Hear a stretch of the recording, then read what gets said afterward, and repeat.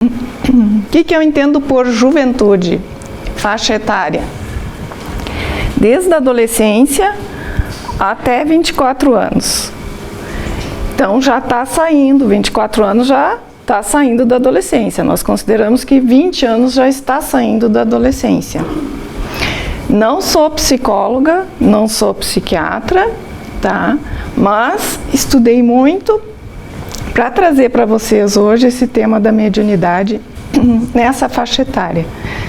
E vocês vão ver o quanto é importante a gente falar sobre essa faixa etária, que vai então dos 12 aos 24 anos.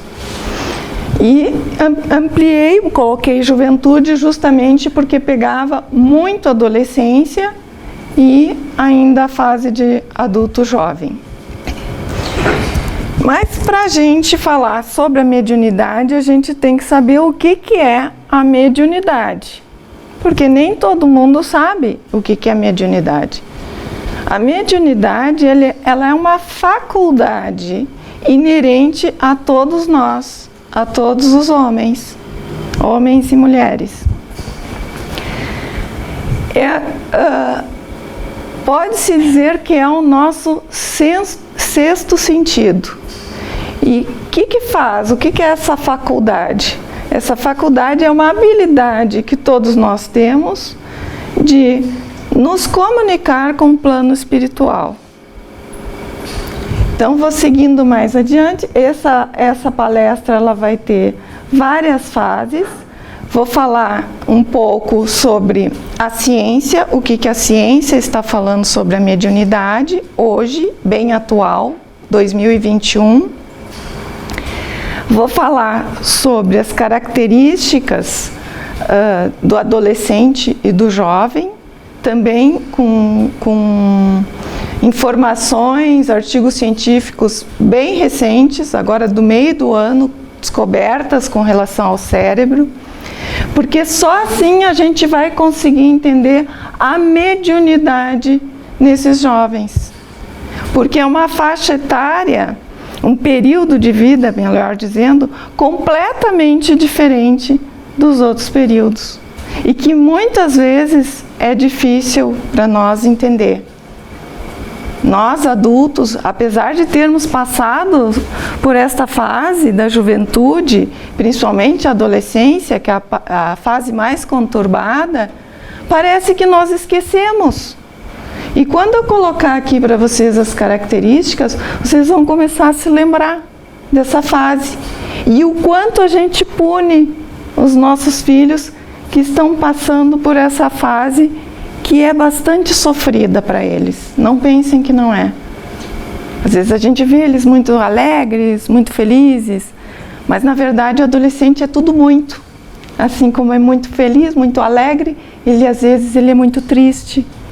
Ele oscila muito, né? Então a gente esquece, simplesmente esquece, assim como a gente esquece as nossas vidas anteriores, as nossas encarnações anteriores. A gente esquece como nós fomos, o que nós passamos na adolescência. Então aqui a gente vai ter a ocasião também para a lembrança das nossas próprias vidas. Porque muitas vezes, como eu falei, nós estamos recriminando o nosso adolescente, o nosso jovem, e esquecendo que muitas vezes a gente fez as mesmas coisas que eles fizeram. Então vamos lá. Então lembrando sempre que eu gosto, como eu já falei em outras palestras, que o Allan Kardec, ele dizia assim, o espiritismo e a ciência se completam reciprocamente. Eu diria que atualmente muito mais do que nunca, cada vez mais. A ciência sem o espiritismo se acha na impossibilidade de explicar certos fenômenos só pelas leis da matéria. Ao espiritismo sem a ciência faltariam apoio e comprovação. Repito, andam de mãos dadas, um sem o outro, é o que o Allan Kardec fala, né? Então, e quem é médium? Lá no livro dos médiuns de Allan Kardec, ele diz assim: todo aquele que sente, num grau qualquer, a influência dos espíritos é por esse fato médium. Então, quando nós temos uma intuição, aquelas ideias, às vezes que a gente pensa assim, parece que não é da gente. Eu tive uma ideia, como se brotasse, aquilo é uma intuição vinda dos nossos amigos espíritos, que estão na nossa volta o tempo todo. Muitos amigos, tanto ideias boas como as ideias não tão boas, né? Dependendo da nossa sintonia. É inerente ao homem, não constituindo, portanto, privilégio exclusivo. Nós confundimos muito, porque nós temos aquelas figuras conhecidas, médiuns muito conhecidos, que é o que nós chamamos de médiuns ostensivos, como Francisco Cândido Xavier, Divaldo Pereira Franco, Eurípides Barçanufo, a Ivone Amaral Pereira, muitos. Então, são que nós chamamos de médiuns ostensivos, diferentemente do mais comum, que somos todos nós que temos essas intuições no nosso dia a dia, que isso é mediunidade também. E várias outras manifestações, ocasionalmente, podemos ter inclusive visões, às vezes nem percebê-las. Ver um espírito e nem perceber que viu um espírito. Acho que é uma pessoa que está passando na rua, por exemplo. Chico Xavier, nos domínios da mediunidade, através do espírito André Luiz, diz assim: mediunidade é um dom inerente a todos os seres, como a faculdade de respirar, e cada criatura assimila as forças superiores ou inferiores com as quais sintoniza. É isso que eu falei. Nós estamos permanentemente no meio que temos aqui os espíritos encarnados, que somos nós, e os desencarnados que estão por aqui também. Nós vamos sintonizar de acordo com os nossos atos e pensamentos, ou com forças inferiores ou com forças superiores.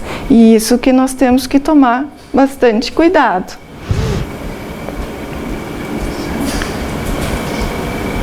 Bom, e o que a ciência atual diz sobre a mediunidade?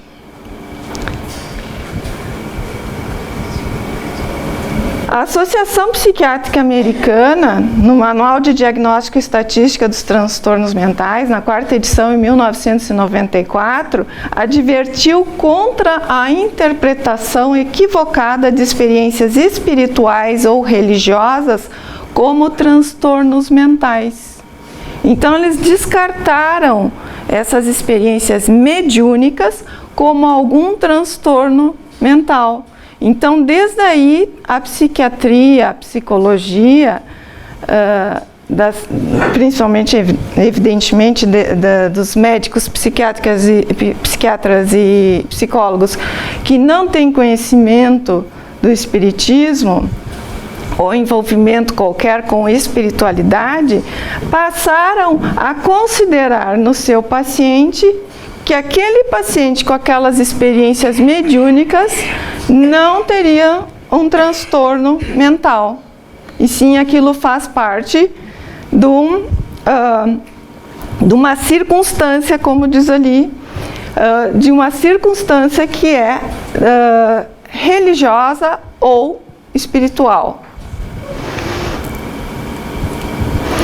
Bom, e eu prometi para vocês que eu ia trazer então o que a ciência fala hoje sobre mediunidade. Vem crescendo já há alguns anos, desde 2007, muitas pesquisas, muitas investigações científicas a respeito da mediunidade.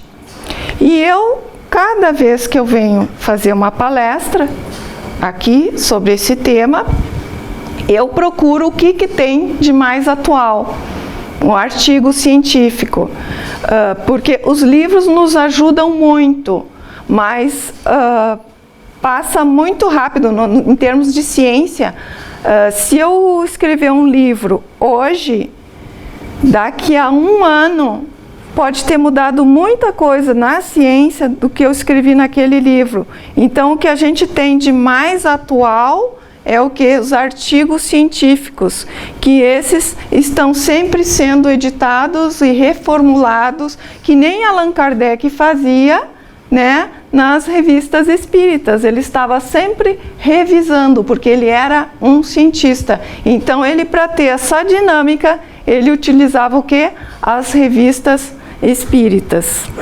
Ele tinha os livros, que era a base de tudo, que nós conhecemos, né, os 5 livros básicos do Espiritismo, da obra, mas ele tinha as revistas, editava as revistas espíritas, que ia atualizando, então, qualquer modificação que tinha na época. Claro que naquela época a ciência não andava tão rápido quanto anda hoje em dia.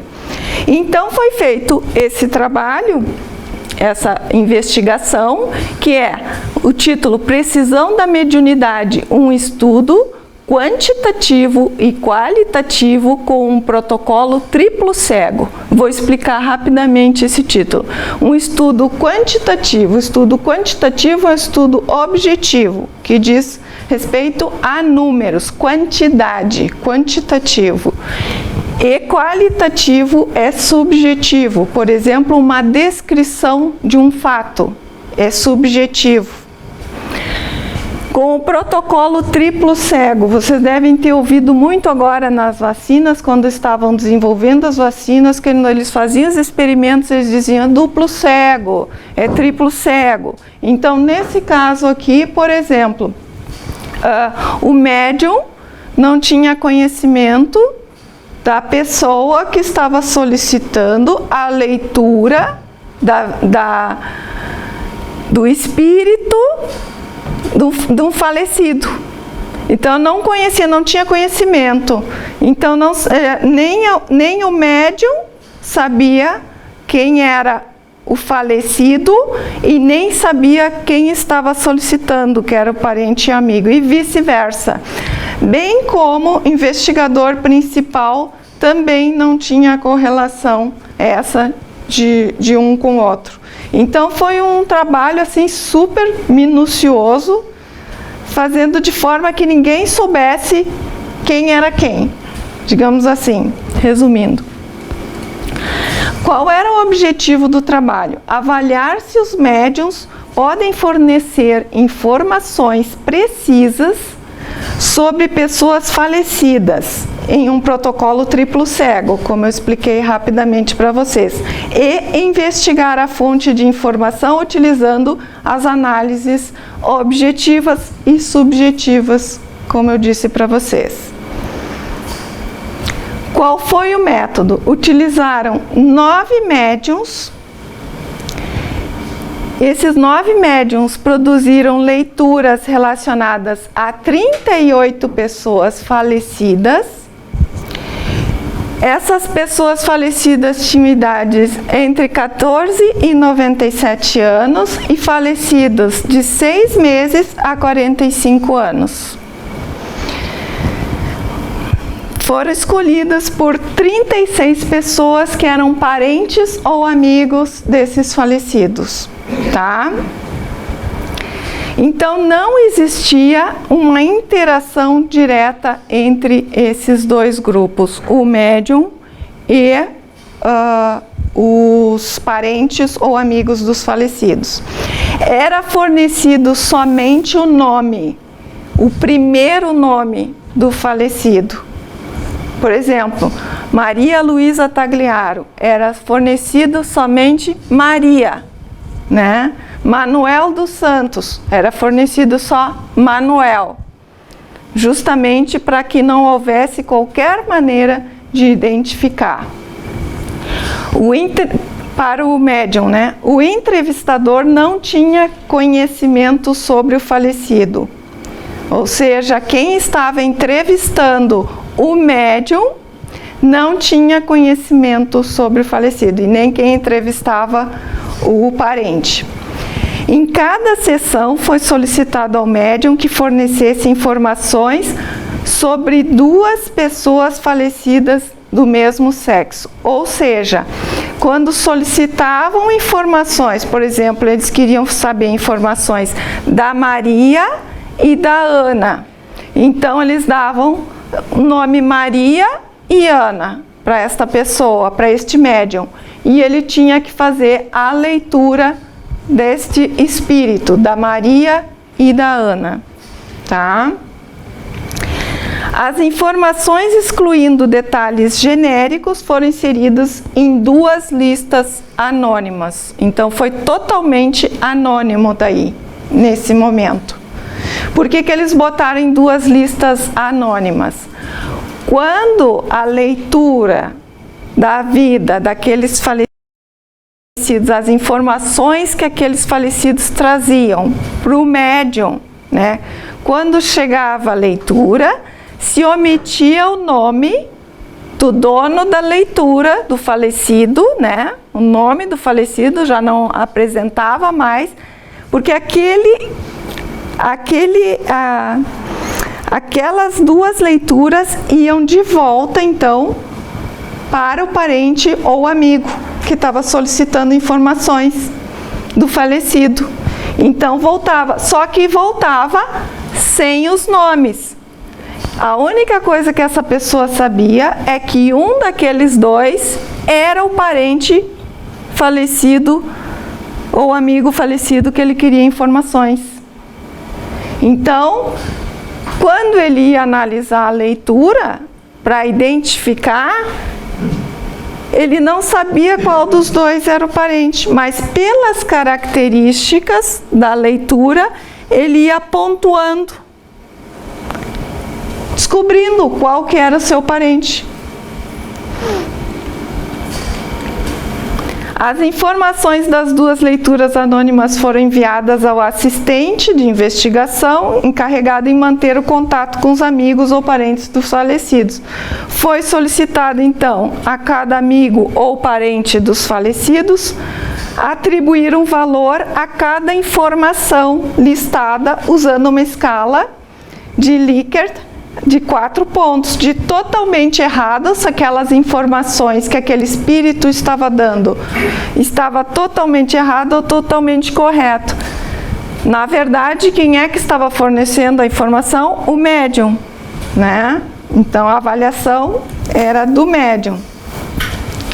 Resultado, isso que interessa mais. 25 das 38 leituras, eram 38 falecidos, né? 25 das leituras foram corretamente identificadas com relação ao acaso. Se fosse o acaso, me lembrem que cada parente ou amigo recebia 2 leituras e ele não sabia qual dessas leituras pertencia ao seu parente. Então, o acaso seria 50%, né? Só que houve, na verdade, 65,8% das leituras em relação aos 50%, né? Que é o acaso, estava corretamente identificada. O parente ou amigo conseguiu identificar pelas informações fornecidas. As leituras tinham em média 29,5 mais informações corretas do que o controle. E os dados qualitativos indicavam que os médios, os dados subjetivos, né, indicavam que os médios obtêm informações tanto de forma passiva quanto ativa. Ou seja, como se tivessem acesso às informações interagindo com o próprio falecido. Isso, então, é uma interação ativa. O médium falava diretamente com o falecido. Então, ele utilizava assim, ele está me dizendo tal coisa. Ou então, ele está me mostrando, por exemplo, ele está me mostrando um cachorrinho, né? Daí pode ser que era um cachorrinho da família, que só aquelas pessoas sabiam que existia. Então, isso é uma interação ativa. E, ou não diretamente com o falecido. Então, daí era o médium dizendo, eu vejo um cachorrinho. eu vejo, sei lá, qualquer coisa que fazia parte da vida daquela pessoa que havia falecido, tá? Então pode ser as duas formas e ainda é mediunidade. Uma comunicação direta com o falecido e outra que são fornecidas informações, então, para esse médium, que é uma comunicação, então, menos ativa, é uma comunicação passiva. Conclusão, é isso que eu acho que todo mundo quer saber. Conclusões desse estudo, tá? Esse estudo fornece mais evidências. Por que eu diz mais evidências? Porque já existem diversos estudos sobre mediunidade, cada uma reforçando mais a existência do plano espiritual, dos espíritos e da mediunidade, né? Mais evidências de que alguns médiuns são capazes de obter informações precisas sobre pessoas falecidas, sabendo apenas o nome, lembrem bem, primeiro nome do falecido, e sem interação com os amigos ou familiares dos falecidos, somente com o nome da pessoa. Também apoia a hipótese de que, em alguns casos, as fontes de informações são os próprios falecidos.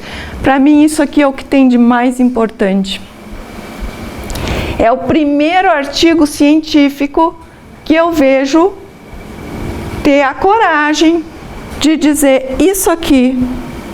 Apoia a hipótese de que, em alguns casos, as fontes das informações são os próprios falecidos. E eu acho que nós estamos meio caminho para prova da mediunidade de forma mais concreta. E é por aí que as pessoas vão começar a acreditar mais na espiritualidade. O que eu quero chamar a atenção aqui, esse grupo aqui é da Universidade de Padova, na Itália. Esse grupo, ele tem um nome que é GRIN, né? É um grupo, eu não vou falar em italiano aqui, é um grupo de investigação italiano da mediunidade. É um grupo especificamente estudando a mediunidade dentro da universidade. Então, vejam bem, aonde nós já andamos com a ciência. E eu fiquei muito feliz quando achei esse artigo. Esse artigo, ele foi publicado online em junho, 7 de junho. Ele ainda não foi publicado impresso, só tem online. Então, quer dizer, está fresquinho, não saiu do forno ainda. Então, deixa eu... Bom, seguindo então. E já comentei com vocês que nós apresentamos, então, diversos tipos de mediunidade, tá? Então, pode ser a inspiração, a intuição, a vidência, a audiência, a psicofonia, a psicografia, efeitos físicos e vários outros também, que são algumas variações desses. Então, a vidência é quando nós enxergamos, né? A inspiração a gente sabe, a intuição também. A audiência, quando escutamos. A psicofonia, quando o espírito fala por nosso intermédio. A psicografia, que é a mais conhecida, né? É quando escreve as mensagens do espírito. E os efeitos físicos. Vou relembrar, então, que existe a hipótese da neurofisiologia do sexto sentido, que é a da mediunidade, que o espírito comunicante, através da nossa glândula pineal, que se localiza aqui, mandaria então, digamos, a informação, e a partir da glândula pineal se comunicaria com o hipotálamo, e esse hipotálamo vai para a região do cérebro em que vai ocasionar a atividade mediúnica, ou seja, se vai para a psicografia, o hipotálamo manda então a ordem para a região do cérebro do córtex motor, né, para que haja a escrita. E assim vai, tem a área da fala, a área da audiência, né, do ouvido. Lá nos Missionários da Luz, Chico Xavier, quer dizer, o Espírito André Luiz, através de Chico Xavier, diz assim: no exercício mediúnico de qualquer modalidade, a epífise, que é a glândula pineal que eu mostrei para vocês, desempenha o papel mais importante. É nela, na epífise, que reside o sentido novo dos homens, que é a mediunidade. Todo mundo tem glândula pineal. Estando correta esta afirmação, então é correto dizer que todos nós somos médiums, né? É uma estrutura orgânica, uma estrutura física.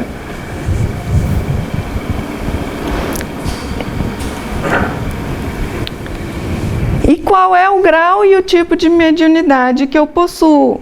Então diz assim, lá nos domínios da mediunidade, de novo, Chico Xavier, cada vaso recebe de conformidade com a estrutura que lhe é própria.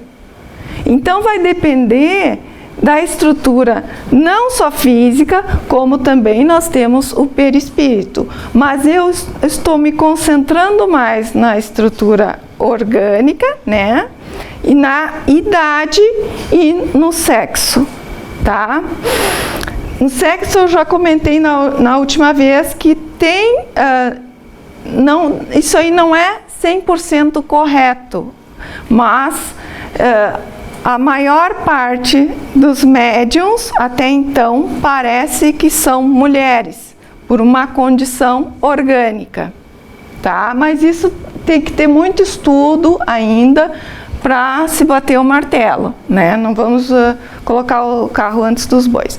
Mas com relação à idade é muito importante porque nós apresentamos diversas fases na vida. Nós estamos num constante processo de envelhecimento. Nós estamos envelhecendo a cada segundo, né? Quando eu comecei a palestra, eu estava mais nova do que eu estou agora, né?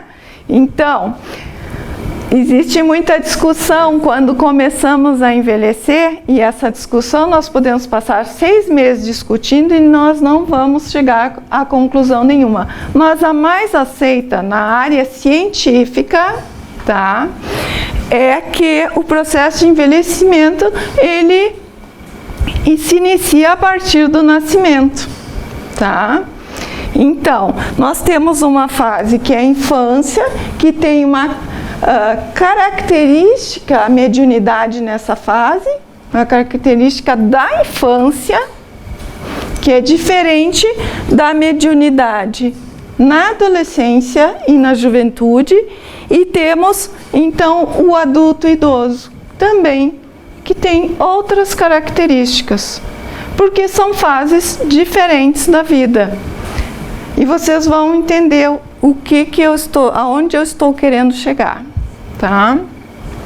Bom, nós estamos falando de jovens, tá? Então, jovens médiums, a mediunidade na juventude. Então, eu aproveitei o gancho, como a gente diz no Brasil, não sei se diz assim aqui, tá? Que teve essa palestra que a professora Amélia fez, que é Mediunidade e Espiritismo, tá? Até a data, tá no YouTube. Eu acho importante que vocês vejam, porque a Amélia fez um levantamento histórico da mediunidade. Só que muito interessante, porque nesse levantamento histórico, a gente percebe a quantidade de médiums, as sibilas e pitonisas, que eram jovens, né? Então nós temos o próprio Jesus, né? A voz do Criador. As bruxas, na sua maioria, na Idade Média, eram mulheres jovens, né? E daí no Espiritismo, Eusápia Paladino começou na adolescência, né? Temos aqui vários conhecidíssimos médiuns. Desses aqui, o único que começou um pouquinho mais tarde, mas nos seus 23 anos, foi o Eurípides Barçanufo. Todos os outros muito jovens iniciaram, né? E vários outros que a gente, se fosse citar aqui, ia ficar bastante tempo falando, mas só para lembrá-los, então, quantos médiuns iniciaram justamente na fase jovem e na adolescência. Bom, então chegando lá adiante, tá? Eu vou falar um pouquinho do cérebro adolescente. Essa matéria saiu agora há pouco, foi em julho, se eu não me engano, tá? Do cérebro adolescente, saiu na Isto É, mas é baseada em artigos científicos que saíram agora esse ano, tá? Então, o cérebro do adolescente, ele está em maturação, tá? O adolescente, ele não é nem criança e nem adulto. Ah, mas isso todo mundo sabe, mas parece que a gente esquece quando vai conversar com um adolescente, né? A gente não tem muita paciência, essa é a realidade. Bom, tanto o cérebro quanto o comportamento do adolescente, porque tem tudo a ver, está em franca metamorfose. O cérebro está em metamorfose, vejam bem. Não tem dizer, mas meu filho não pensa assim, não faz assim. Não, o cérebro dele está funcionando de um jeito diferente que a gente não consegue compreender. Talvez por isso o nosso desespero, muitas vezes. E esse cérebro do adolescente, na realidade, ele foi projetado pela evolução. Para nós, na verdade, foi para que nós sobrevivêssemos. Vocês imaginem se esse cérebro não maturasse para a fase adulta. E é justamente nessa fase da adolescência que surgem aqueles impulsos, né? Sem pensar muito bem nas coisas, né? Aquelas escolhas meio estranhas. Imaginem vocês lá no tempo das cavernas, né? E que tem que caçar para trazer alimento. Digamos assim que se o cérebro do adolescente fosse um cérebro mais parcimonioso, não fosse tão impulsivo, que avaliasse bastante as possibilidades, ele não ia sair para caçar, porque ele ia ter medo, ele pensa, eu vou caçar, eu vou ser morto, né? Então, na verdade, isso também faz parte de uma necessidade que é justamente, que a gente vê que é a característica do jovem, mesmo que seja impulsivo, muitas vezes é o renovador, né? Nós precisamos deles para que eles renovem algo que está estagnado. Se eles não saíssem da caverna e tivessem toda a coragem, porque o adolescente tem muito mais coragem do que a gente, né? Se ele não saísse da caverna cheio de coragem para enfrentar os animais, todo mundo ia morrer de fome. Nós não existiríamos, né? O amadurecimento desse cérebro, ele ocorre da mesma forma que a evolução do cérebro nas espécies. A evolução do cérebro nas espécies, ela começa pela parte mais primitiva, ou seja, o que a gente chama, por exemplo, cérebro reptiliano, que é aquele cérebro que é o tronco encefálico, que é para a sobrevivência, né? E assim, da região posterior para anterior, quanto mais anterior, digamos, mais nobre, mais cheio de especificidades, nós temos essa região anterior, que é onde nós temos as escolhas e onde desenvolvemos o planejamento. Então, por exemplo, um jacaré, vocês acham que ele tem planejamento? Ele tem o cérebro reptiliano. Não, ele só vê a presa por perto ali e tá. Ele não faz planejamento nenhum, né? Ele vai por instinto. Então, o cérebro do adolescente, ele vai amadurecendo exatamente nesse mesmo sentido, desde esse tronco encefálico para a região mais anterior, que é onde as coisas começam a ficar mais claras, tá? Que é o córtex pré-frontal. Ocorre um aumento de conexões, é uma loucura, aumenta as conexões entre todas as partes do cérebro. O adolescente tem como característica um desejo de ser aceito e admirado. Ele está sempre pensando o que os outros estão pensando deles, né? Ele tem uma necessidade, então daí que começa a se formar aqueles grupos, um aceita o outro, um fez a tatuagem aqui, não, agora todo esse grupo vai ter a tal da tatuagem aqui. Ele quer ser aceito naquele grupo, por isso que ele faz a tatuagem. Ele se expõe mais a riscos. É isso que eu falei para vocês. Se não fosse o adolescente, nós não teríamos o quê? A nossa sobrevivência, se pensar em evolução. É aquele que sai e se expõe a risco de ir lá na caça, caçar, brigar com o leão para pegar o cervo, né? E assim por diante, tá? Então se expõe a riscos e o cérebro dele não entende muito bem isso. Além de se expor a riscos, vale mais a recompensa vinda de uma escolha arriscada do que o custo dessa decisão. Então, o que acontece? É a tal da imaturidade que a gente fala, né? Do adolescente.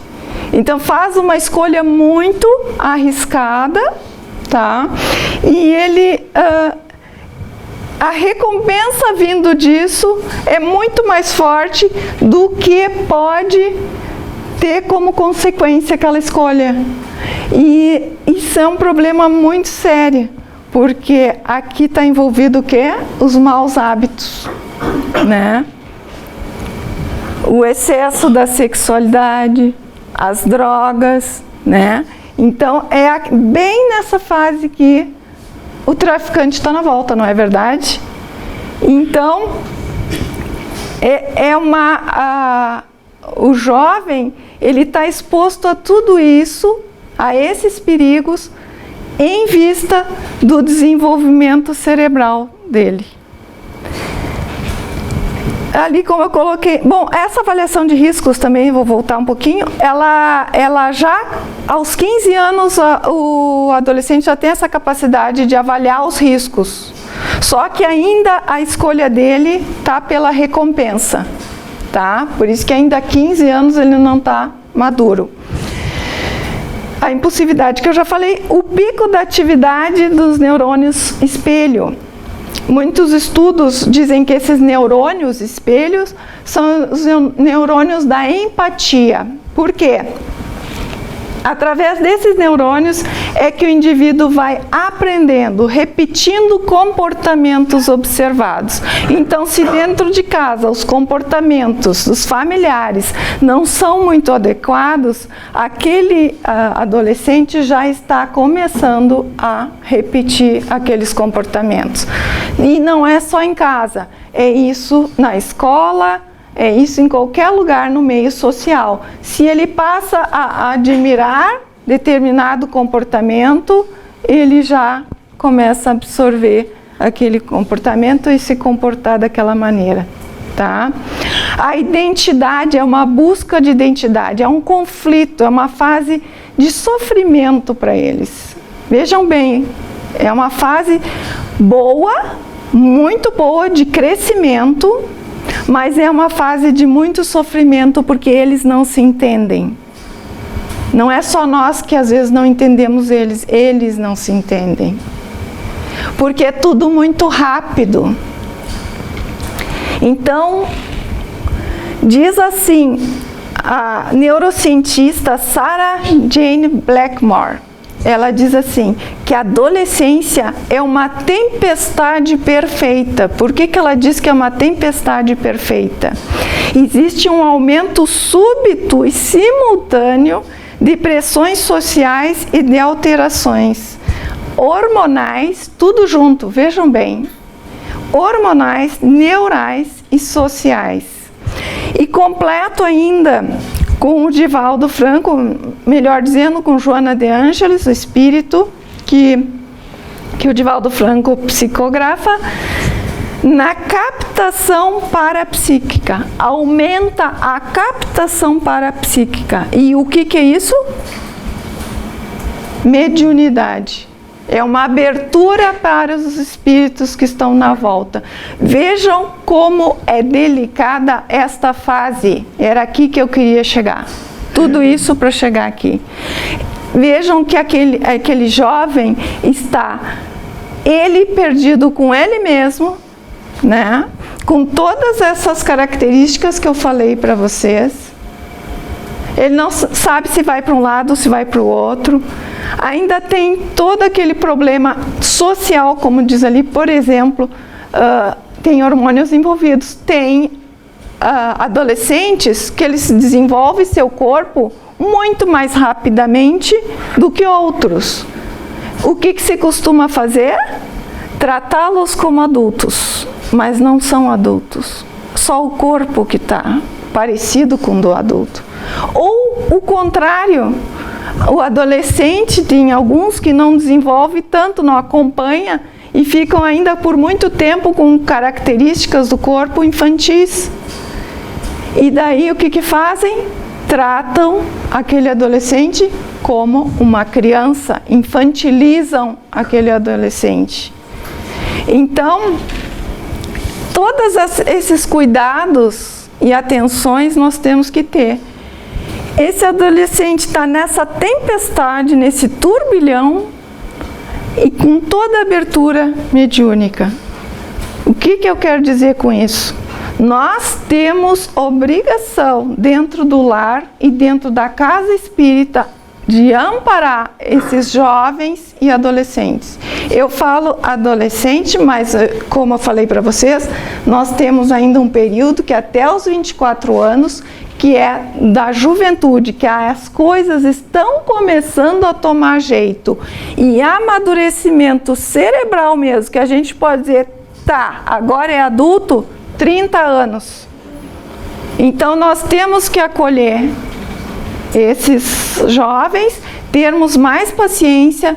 Aliás, às vezes a gente não tem paciência conosco, por isso que às vezes a gente não consegue ter paciência com eles, tá? Então vamos seguindo aqui. Então, seguindo o Divaldo Pereira Franco, ali nesse livro, recomendo, quem quiser ler, claro, mas recomendo fortemente Adolescência e Vida. No período da adolescência, porém, em pleno desabrochar das forças sexuais, a mediunidade se apresenta pujante, necessitando de educação conveniente e diretriz adequada para ser controlada e produtiva. Então, quer dizer que ele está concordando com o que eu falei até agora. No momento em que a glândula pineal libera os fatores sexuais complementares e as demais do sistema endócrino contribuem para o desenvolvimento da libido, o primeiro, que era a veladora da função genésica, a glândula pineal, transforma-se num fulcro de energia portador de possibilidades de captação parapsíquica. É um fulcro, um receptáculo, aumenta o intercâmbio mediúnico nesta fase.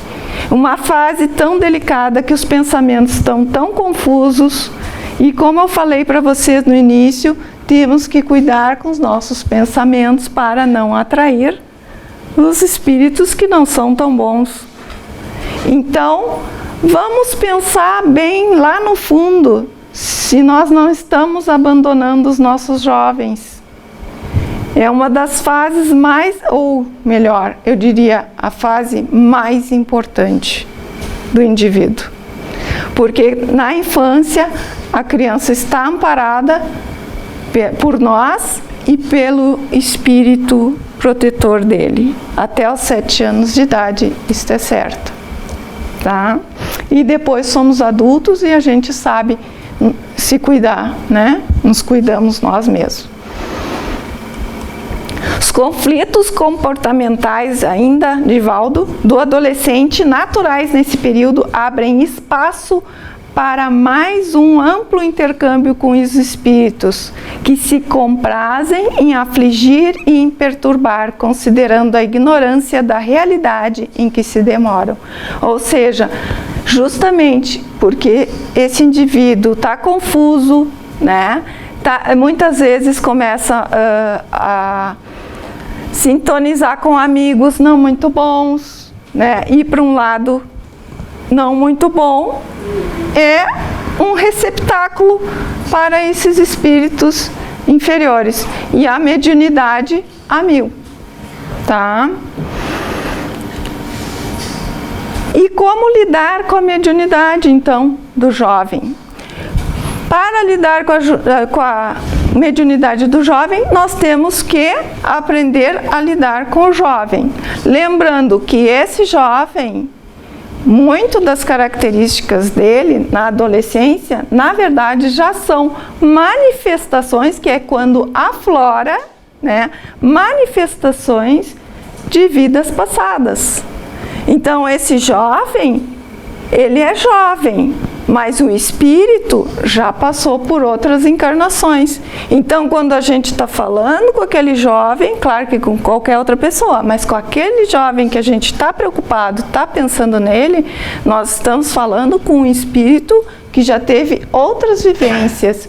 E muito do que ele traz na adolescência, coisas que a gente não entende, que às vezes até não faz parte do âmbito familiar, pode estar vindo de outras encarnações, e a gente tem que ter esse entendimento para poder tratar com o jovem.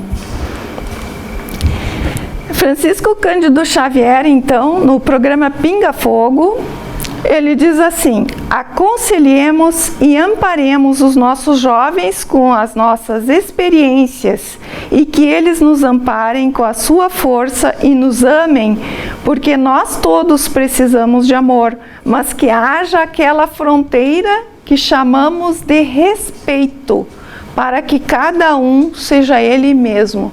Respeito mútuo. Porque às vezes os pais exigem respeito, mas não respeitam os filhos. Então, o respeito é mútuo. Os nossos jovens são os nossos confirmadores, fazem consigo uma vida diferente da nossa, impulsos originais que nós não podemos auscultar em toda a sua extensão. Os nossos jovens de ambos os sexos necessitam hoje, em 1971, principalmente de nossa compreensão. Continua assim.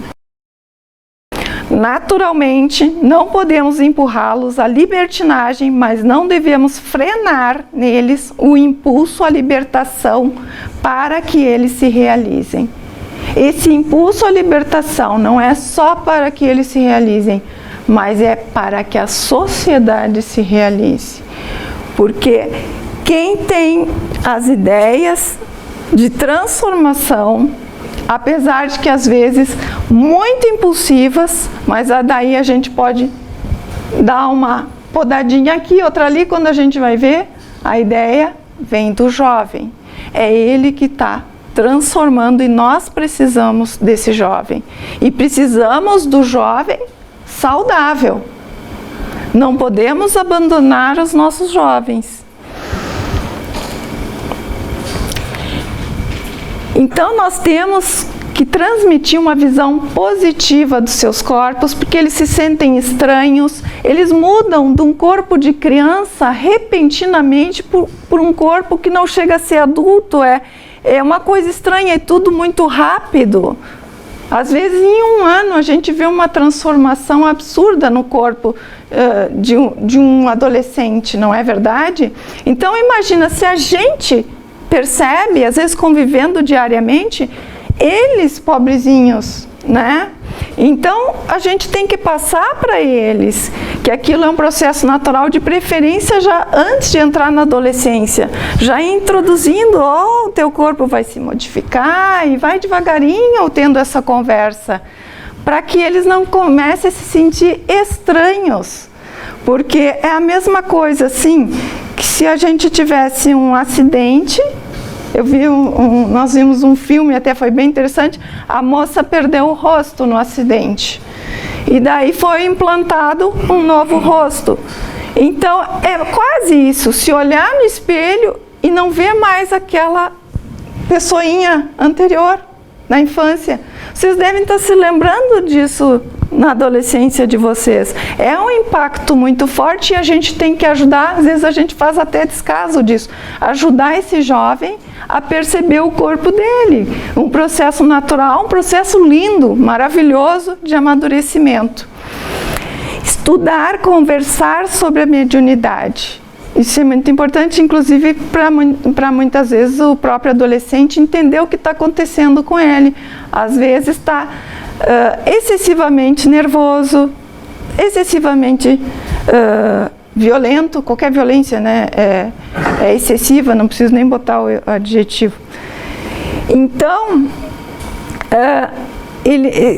conversar sobre a mediunidade, porque pode ter essa influência e principalmente, é claro, tem que se dar conta que se tem a influência, é porque se o adolescente está um tanto violento e tem a influência dos espíritos, é porque o adolescente já está pensando em violência, senão o espírito não se aproxima.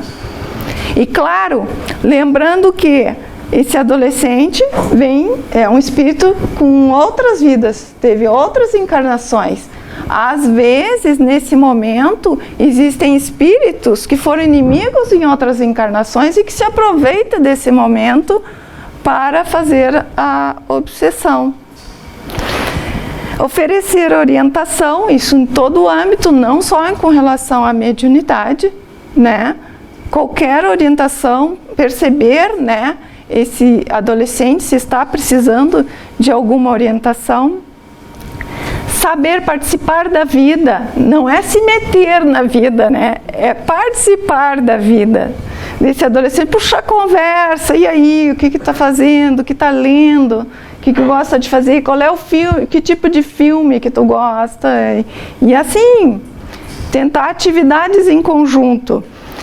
Ensiná-los a evitar as drogas, mas isso está no conjunto, né? Evidentemente. Saber ouvir. Muitas vezes os pais, os familiares não sabem ouvir. Deixar, mesmo que esteja bravo, o adolescente está falando lá, deixa falar, até se acalmar. Terminou de falar, acalmou, agora sim, agora vamos conversar. Perceber o momento adequado para a abordagem dos assuntos. Mostrar outras possibilidades, outros caminhos. Cuidar para que durmam bem. O sono no adolescente, ele começa a partir das 23 horas. Nós adultos é antes, ali pelas 9 da noite começa a liberar melatonina e nós já começamos né? E por isso vocês são os heróis assistindo a palestra e ninguém está dormindo, né? Das 9 em diante a gente já começa. E o adolescente é a partir das 11. Então, às vezes, tem um conflito em casa, porque o adolescente quer ficar mais tempo acordado. Claro, ele não pode extrapolar, né? 23h30, não. Acabou, encerrou, está na hora de dormir, porque às vezes tem aqueles que ficam no computador, daí é excesso, né? Então, a gente está falando de um sono sadio. E tem que cuidar, por quê? Porque durante a noite, fora o descanso, durante a noite é que a maior parte dos hormônios são liberados. Os hormônios sexuais, os hormônios de crescimento, é durante a noite. Então, para que tenha um crescimento, um desenvolvimento saudável, tem que dormir bem. Só não precisa exigir que vá dormir antes das 11, porque eles recém estão começando a pegar no sono às 11, tá? Só para entender se é para dormir muito tarde. Tá, depois a gente conversa, tá? Tá, vai segurando a pergunta aí, não te esquece. Tá. Então, voltando à tempestade perfeita. Então, veja o turbilhão. Tudo isso se modificando naquela pessoa, né? Naquele ser que recém saiu da infância. Então, tá nesse turbilhão todo. E fora isso, daí tem a mediunidade. Está aberto para a mediunidade. Então, o que diz a doutora Gláucia Lima? O conselho dela: se um jovem adolescente despertar sintomas da mediunidade, estes não devem ser estimulados. Daí ela bota bem como se fosse um parênteses: se não houver maturidade emocional. Esse estímulo não é vir de casa. Esse estímulo tem que ter um desenvolvimento dentro de um centro espírita idôneo, tudo, não é assim, tá? Então, ela diz assim: só se houver maturidade emocional. Daí sim se estimula a mediunidade. Se não, né, os sintomas devem ser acalmados através do passe, reunião do evangelho no lar, evitando também processos de influenciação deletéria por invigilância própria da idade. Vocês viram que são impulsivos, né?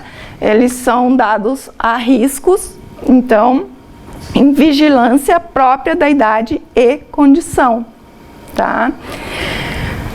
Essa maturidade emocional, se eu passar para a questão de desenvolvimento cerebral, eu diria assim: não antes dos 15, 16 anos, de jeito nenhum.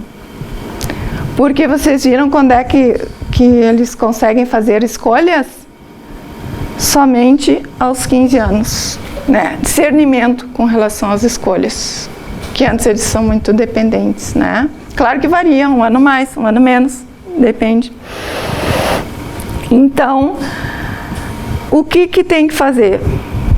O adolescente, para evitar essa interferência espiritual indesejável, frequentar a casa espírita, ser amparado pela casa espírita, seu principal, evidentemente. E uma coisa que às vezes as pessoas esquecem: a reunião do evangelho no lar, fazer o evangelho no lar. As coisas mudam e muito dentro de casa quando se faz evangelho no lar uma vez por semana, no mesmo horário, no mesmo dia. Fazer junto com o adolescente. Se ele não quiser participar, tudo bem, mas tentem sempre convidá-lo. Sempre convidá-lo. Não forcem. Convide. O passe com certeza, como disse a doutora Gláucia, né, que isso vai acalmando esse adolescente, e daí se vai acalmando, o que acontece? Ela fecha aquela porta para os espíritos, né? Tinha uma outra coisa que eu queria lembrá-los também com relação a isso, daqui a pouco vai. Bom, nos últimos tempos, diz o Senhor, espalharei do meu espírito por sobre toda a carne. Vossos filhos e vossas filhas profetizarão. Vossos jovens terão visões e vossos velhos terão sonhos. Nesses dias espalharei do meu espírito sobre os meus servidores e servidoras, e eles profetizarão. O que está dizendo aqui?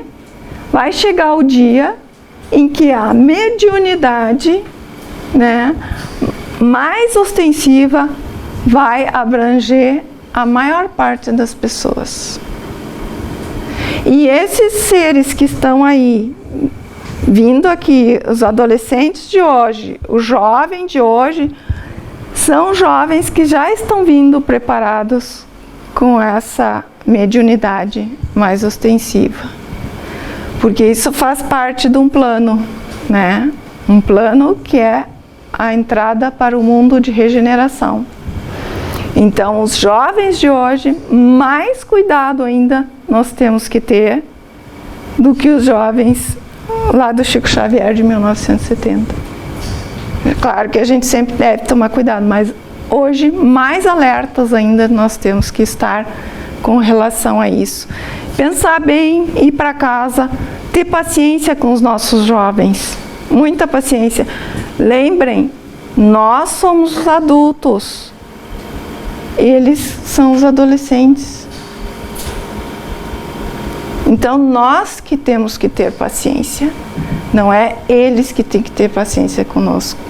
Claro, a gente ensina para eles, mas como é que a gente ensina? Com exemplo, dando paciência, né? Então, essa foi a bibliografia consultada.